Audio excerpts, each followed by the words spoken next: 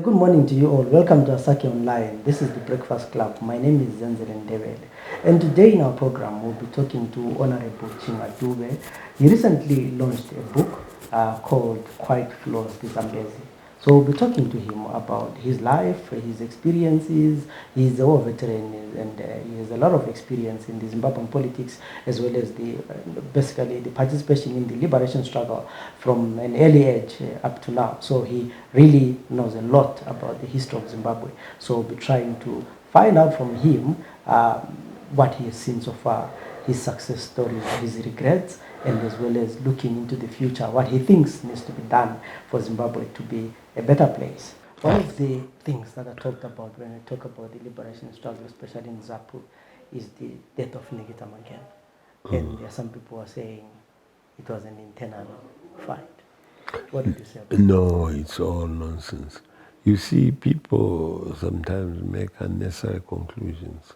Yes, there were some issues before where Mangena was shot by some renegades. They had injured a hand. I know he was brought to Moscow and I looked after him myself.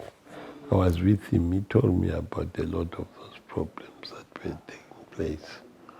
But this issue, when he went there, he was a very forceful man. Nkomo had told him not to go, to send other boys to do it. But he was a man who believed to be in the front with soldiers. And unfortunately, he was blown off by a mine. There were so many mines. I personally almost lost my life in a mine together with Philip, General Swanda, who is now CDF. When we drove through, we went through an anti-tank mine. But it just, God or the devil knows why it didn't go off. When we came back, we found people waiting just to try to stop us so that we don't pass through again. Maybe we didn't have the second luck. And then we found the wheels had actually drawn this big anti-tank mine. Like, when it's up, you can see the round. But we're lucky it didn't blow off. But when Mangena and others went to the front, in the Zambian side, they went through a mine and it blew them. He was not alone. There were many others. I know some are still here, still alive. And it was with people like Javan Maseko, who died not long ago here. And so this is what happened. So, but you hear a lot of stories, but the truth is just that it was a combat mishap. You come to Zimbabwe in 1980, and there is this whole process of integration, which seems not to work. What was the problem? No. It would be wrong to say it didn't work. It really worked wonders because I personally was in the integration, selection, and the demobilization committee. Three people were chosen to lead that. That is General Jacobs from the Rhodesian Army, General Tungamirai from former Zanla, and I was representing Zebra. We went around every camp, three of us, explaining to the people that now we are going to form one army from the three armies, which is Zanla, Zebra, and the Rhodesian Army. We did that, and it worked extremely well when we started. But later on, some problems started, yes. These problems, normally, you find that politicians go into them. They cause some of these problems.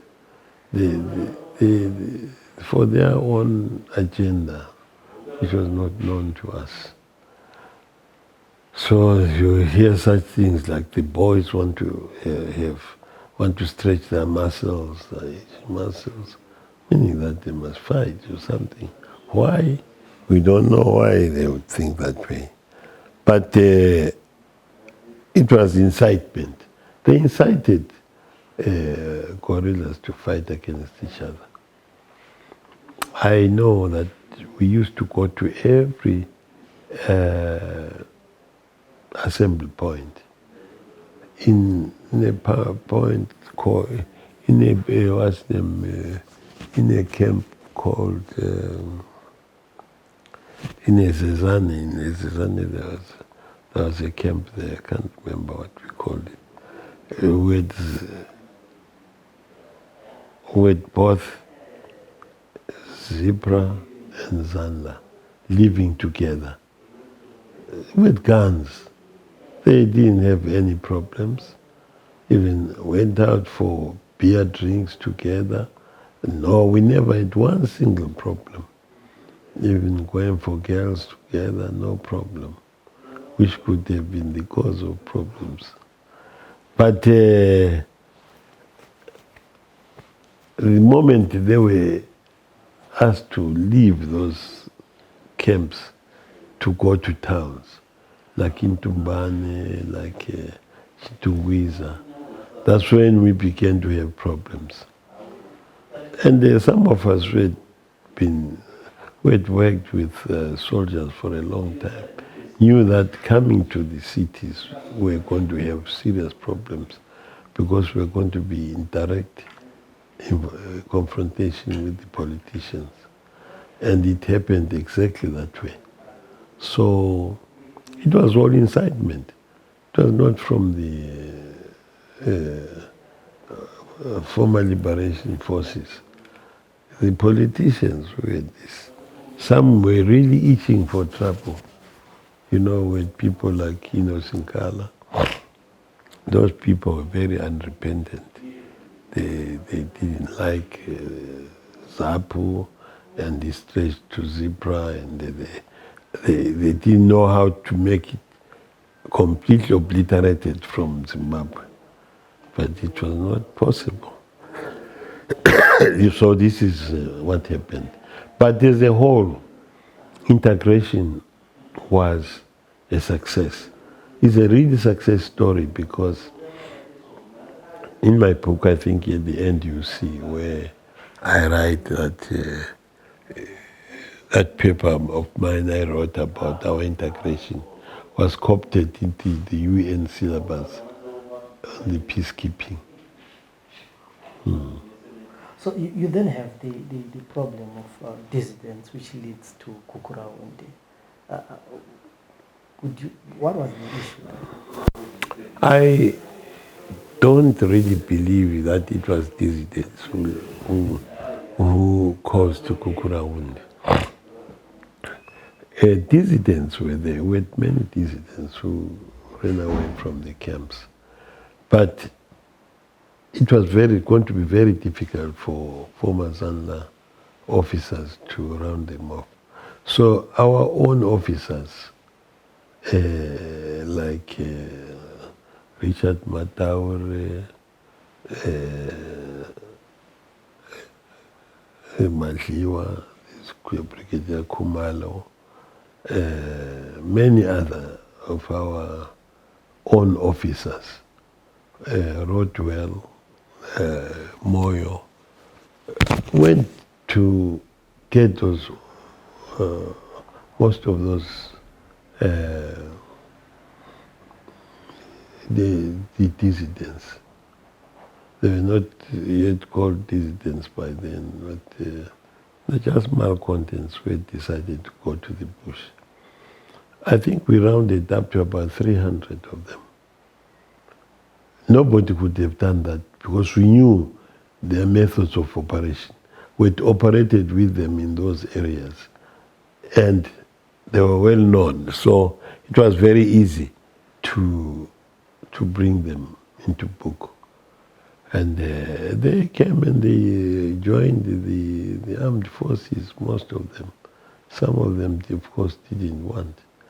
But those who didn't come were those who were malcontents, who always had them. Both Zipra and Zandla had them. People who had taken law into their own hands. They just had become robbers and unruly elements. And they just go to shops and break up a shop and take things and get money for buying beer and all this. So we always had them. It's not that they came after the war. No. But then it was a very good excuse for those who really didn't want Zipra to use them, to crush ZAPU once and for all. Because Comrade Mugabe had many times approached Nkomo to say that they must form unity. But Nkomo did not refuse, but he said, no, let's first discuss these issues so that we know when we form it, we agree. But I think Mugabe, it was too slow for Mugabe. It was a man who was full of fear. He was afraid of Nkomo and Zipra. He felt that he knew their capability. So he quickly put up this force of 5 Brigade, which was outside ZNA. By the way, we were all in the ZNA. We didn't know anything about 5 Brigade. So the 5 Brigade was formed and deployed into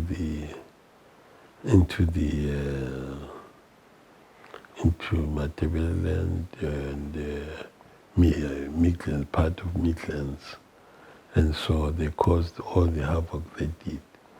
I don't think it was the problem of dissidents, because dissidents could have been contented by some police force. The Black Boots could have gone around and winded them up. Because when the unity came, when they asked dissidents to come out, I think they were less than 100. You couldn't have deployed the whole army, the 6 brigades, to chase about less than 100 people. Not at all. So in your book, you strongly talk about Kukurawundi, and talk about solutions. Do you think it was a genocide? I think it was. It was a political genocide. What happens is that you see, as I say, there was a deep hatred of ZAPU in the ZANU cycles. And I think they must have agreed that the only way is to make sure we destroy all the bases of ZAPU. And this is what happened, because people who were targeted mostly were the people who were said to be ZAPU activists. Those were the first in line to be eliminated. As I say, dissidents were just a handful. But people who died, innocent people in the countryside, but were known to be ZAPU members. You know, as I say, since the formation of ZANU in 1963, the country was sort of divided, and ZAP was more or less looked as a party for the Ndebeles, while ZANU for the Shonas. Though it was not true, because ZAP still remained strongly Shona-led. Most of our leaders in ZAP were Shona. But people wanted to use that just for a way of using it for recruitment. So that, because there are more Shonas, of course, in the country than the Beles. So the sort of one more sympathies in that way. The destruction of Kukurawundi was definitely intended to eliminate ZAPU. You were in the army at that particular time, and you have a lot of the army commanders like Masubu, Tabengwa being arrested. How did you survive that?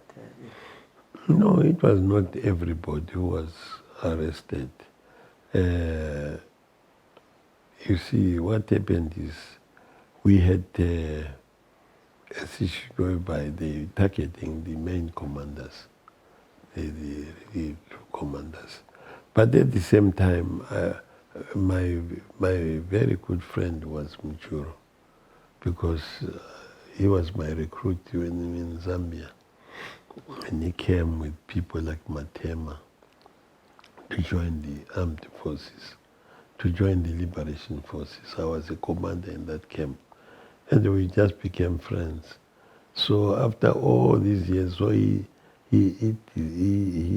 defected to Zanla.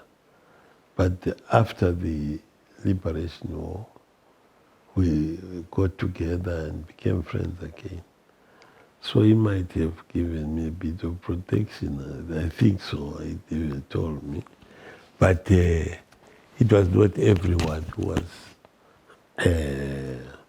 was arrested or put into. You see, some of these things, they know the major people, this one and that one must know a lot more than that one and so forth.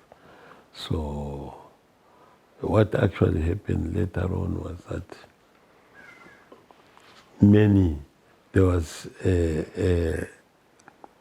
there was a false alarm that former Zipra wanted to make a coup, and then others followed. But I'm told it was a decision which was made in the ZANU Central Committee that most of the senior posts in the defense forces have been taken over by Zipra. But you must appreciate that Zipra had formed a regular army. And they were trained in regular army in Zambia. So when the integration came, which was conducted by the British, they didn't care who it was. As long as they found that you were smarter in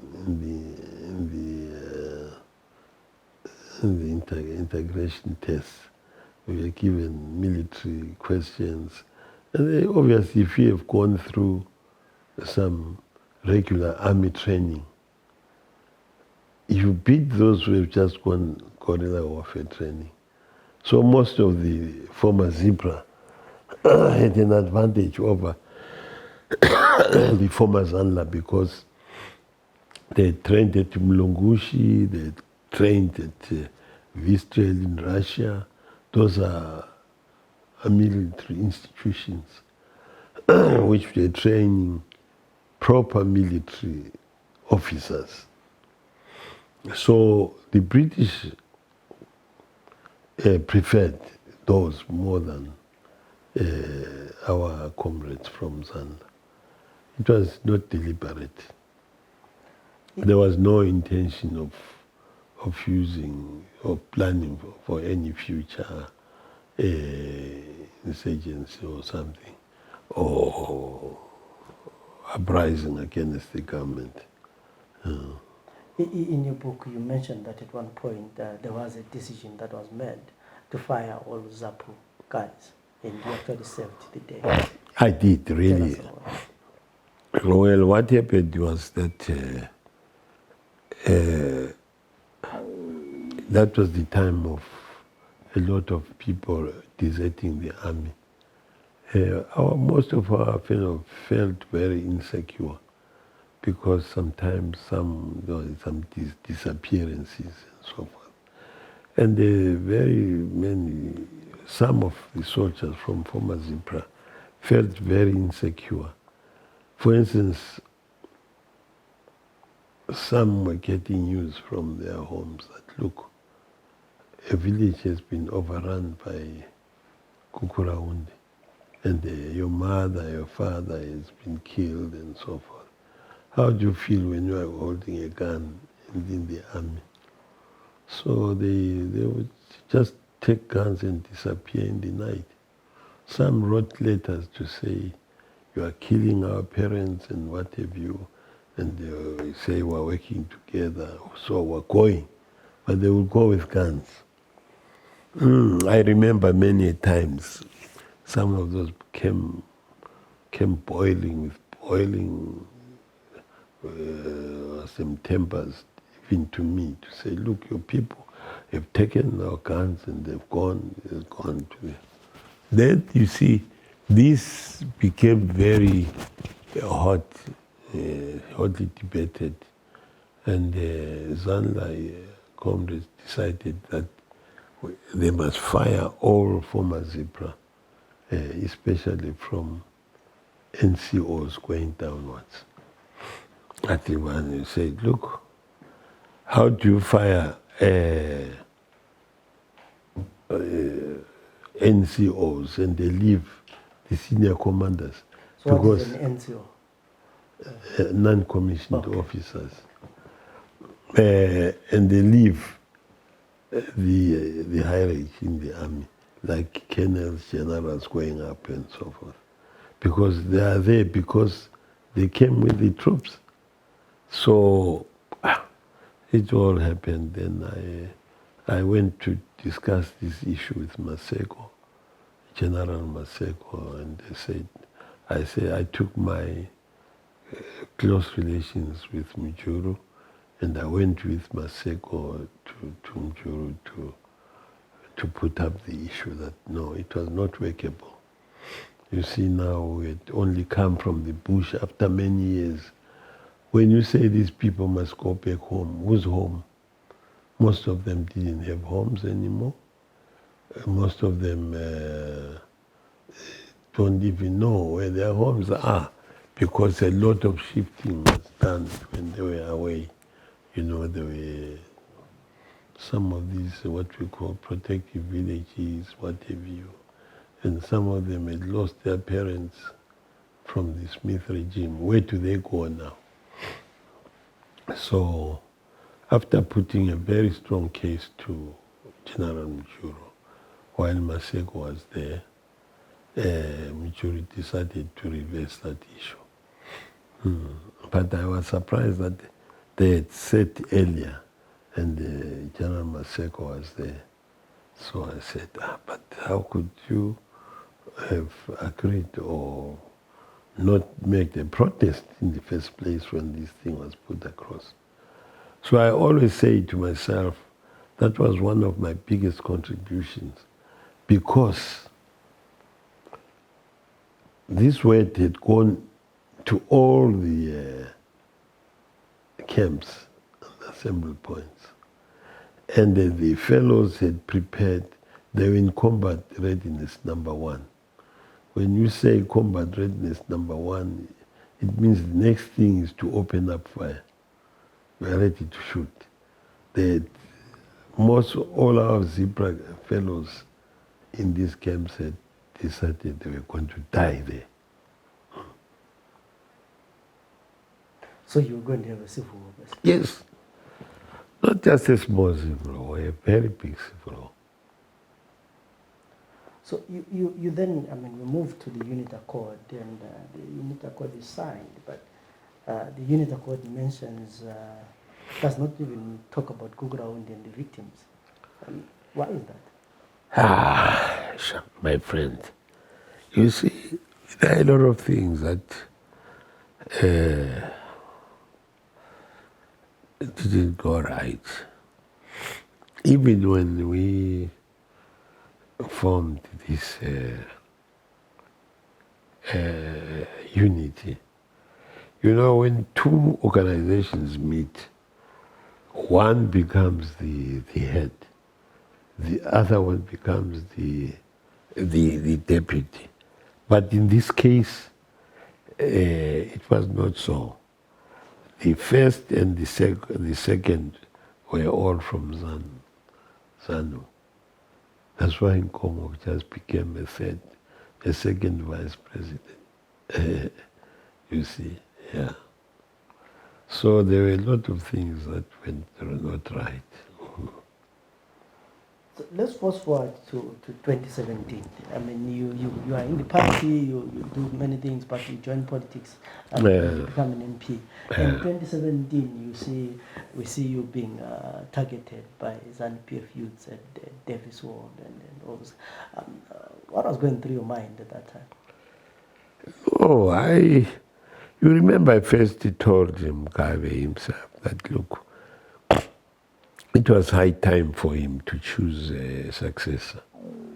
Because if he doesn't choose a successor, we'll get to a situation where we might have problems. We might end up getting the Aminis of Zimbabwe or the Bokasas of Zimbabwe. You remember me saying that, if you did. Then Mugabe, of course, pretended as though he had not taken that seriously. But I think he had. So we, as war veterans, had long decided that no, we have to change leadership.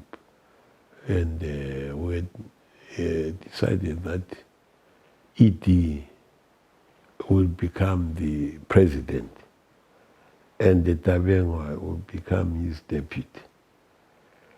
And then there are a lot of issues against some of these people who felt that were supporting, what was it called, La Costa? Yeah. That way, La Costa. So we had a really hard time. One time my wife couldn't even go shopping because she was not sure what was going to happen to her. We were meeting in this house. These were the chairs where we used to meet all night with war veterans from South, Mad South, Mad North, and the Bulawayo province. We'd sit here until morning hours planning this. And though many people think the soldiers brought about the new dispensation, in our own thinking, it is us, the war veterans, who did that. But the army just took over due to circumstances. Then our plans were overtaken by the events. You remember when Grace and Mugabe came to on this, what do they call them? What do they call them? Youth Interface, yeah. We had planned this right here, that we're going to set up some boys. When he starts making usually vulgar addresses, then we would challenge her, which was done. We put them up in front, and when she started, they never expected that. So that drove the old man to rag. He was so angry, and the Grace herself almost cried.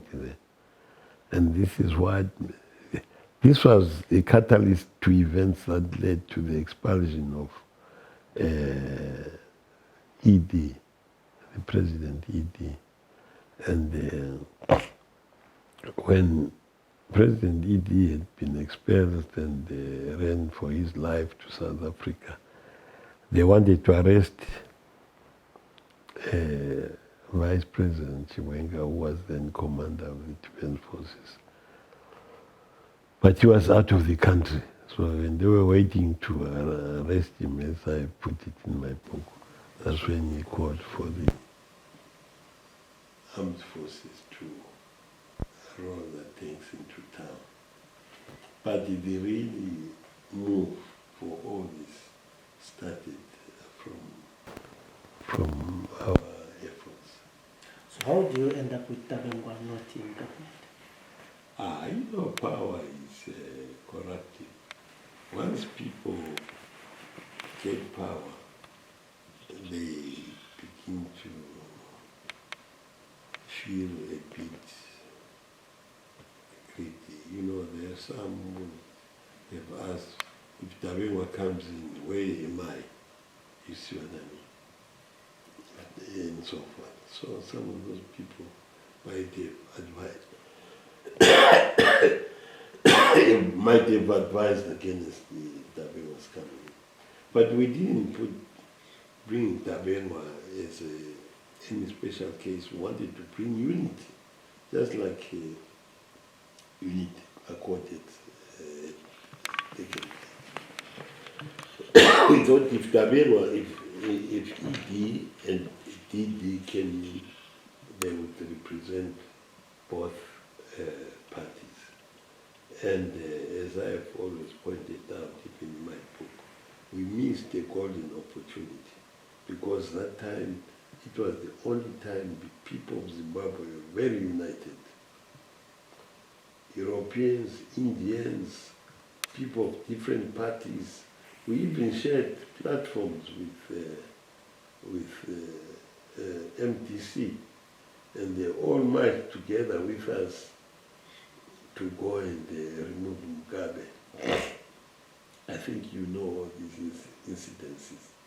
So that was the time we would have united Zimbabwe so much. And most of these problems that came thereafter would not have come if we had taken that. We are 2 years into the new dispensation. Looking back, are you happy? Well, you see, how can I be happy? There are a lot of challenges facing the country. We all live in Zimbabwe, we know the problems that we're facing. Then that does not make anyone very happy. But we can only hope that things will turn around for the better. I have some people, when you say, look, a lot of things have gone wrong, they say, no, you must say ED is responsible for everything. But in my point of view, I say, no, ED works with a lot of people. If he cannot get advice from all those people, it means all those people are still in their jobs. They should have advice, they should advise him. Even now, he's talking of discussing with this Poland, is it called Poland? You see, he's taking most successful failures. I would rather call them successful failures because they haven't got any following. So to me, it is up to the advisors to the president to say, look, this is not the way to go.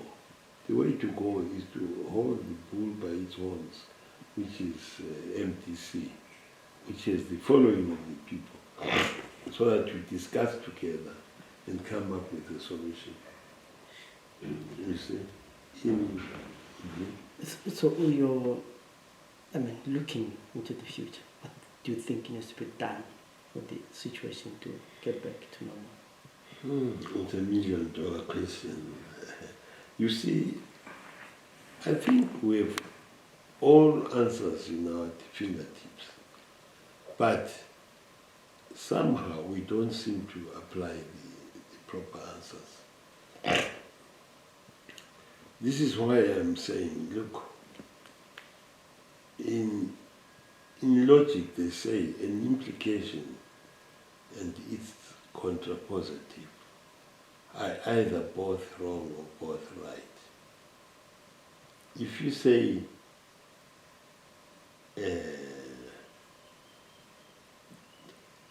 x equals to 2, so it means 2 must be equal to x. But now, if you don't accept that, then you are wrong. You will never get right answers. So we must think logically and say, here we are at this stage. What we do economically, socially, how do we look at our hospitals, our industry, mines, and so forth. We put the right formulas and they take those formulas forward, then we'll be all right. As you ask what I think, unless we do that, our future is bleak, because we cannot go the way we have gone forever. There has to be an end, somewhere for the better of the people. The people as well won't let us just go on like this. They will turn against us. So I hope that things will turn out better. Some, as I said, said, blame ED for it. I said, no, I'm not singing for my supper, as I'm not saying. But what I'm saying is that let's all come together, and those who have been given the power to advise the president, be the cabinet, the parliament, the Politburo, the Central Committee, and all these organizations must put their acts together and advise our president properly. Because as we all know, if something goes wrong, you always go to the head. That's why they say, uneasy lies the head that weighs the crown. Because anything wrong, they point at you. But it may be some people within your cycles who are overzealous and do things in their own way, and it all comes to you. You talk about, in your book, you also talk about solutions to cook around, and you say there's need for an apology and righting the wrong. Well, this is obvious, if something has gone wrong, you don't just sweep it under the carpet, because it's there, it's realistically there. Now the president has said, let's rebury those people who were victims of Kukura on the property. Can we say this is over when we still see the graves of your own people, your mother, your father, your brother, and you're going to open these graves and rebury them? So it means there's something that has been realized that it's not really over. So me, in my personal opinion, we can't get these people to life again. They're dead. But we can be remorseful and conduct some rituals, some traditional rituals like they have done in Rwanda, in Uganda, and many other countries, where people gather and perform these rituals. Here we have chiefs, and I have always said chiefs will be the right people to do this, because they are traditional. When you do these rituals like Kotisanimlot, they can't be done by politicians. They must be done by traditionalists. And this is my point of view. If we do that, we'll close this chapter. We'll agree that the chapter has been closed, and we start a new slate. Do you think the government should apologize? Well, in a way, yes. That's apology. That's what it means that's what I mean. That's apology. You don't do those things when we have not apologized. Because if you don't apologize, it means that you are not remorseful. So I think we have not pointed out and say, you are the perpetrator of the crime. We say the government. When you say the government, you even include people like me. We should find a way to reach to those who suffered, who were victims of Kukura Wundi, and agree that this thing will never happen again. Former President Mugabe once said that it was an hour of madness. It was nearer to apology, that it was wrong. But now we think to make the whole thing epoch of history end, we need to really put a closure to it so that our children don't take it any further. Because a lot of people have it in their hearts now. They're still traumatized. And when they see you as quiet, they are really worried as to whether these things will happen again.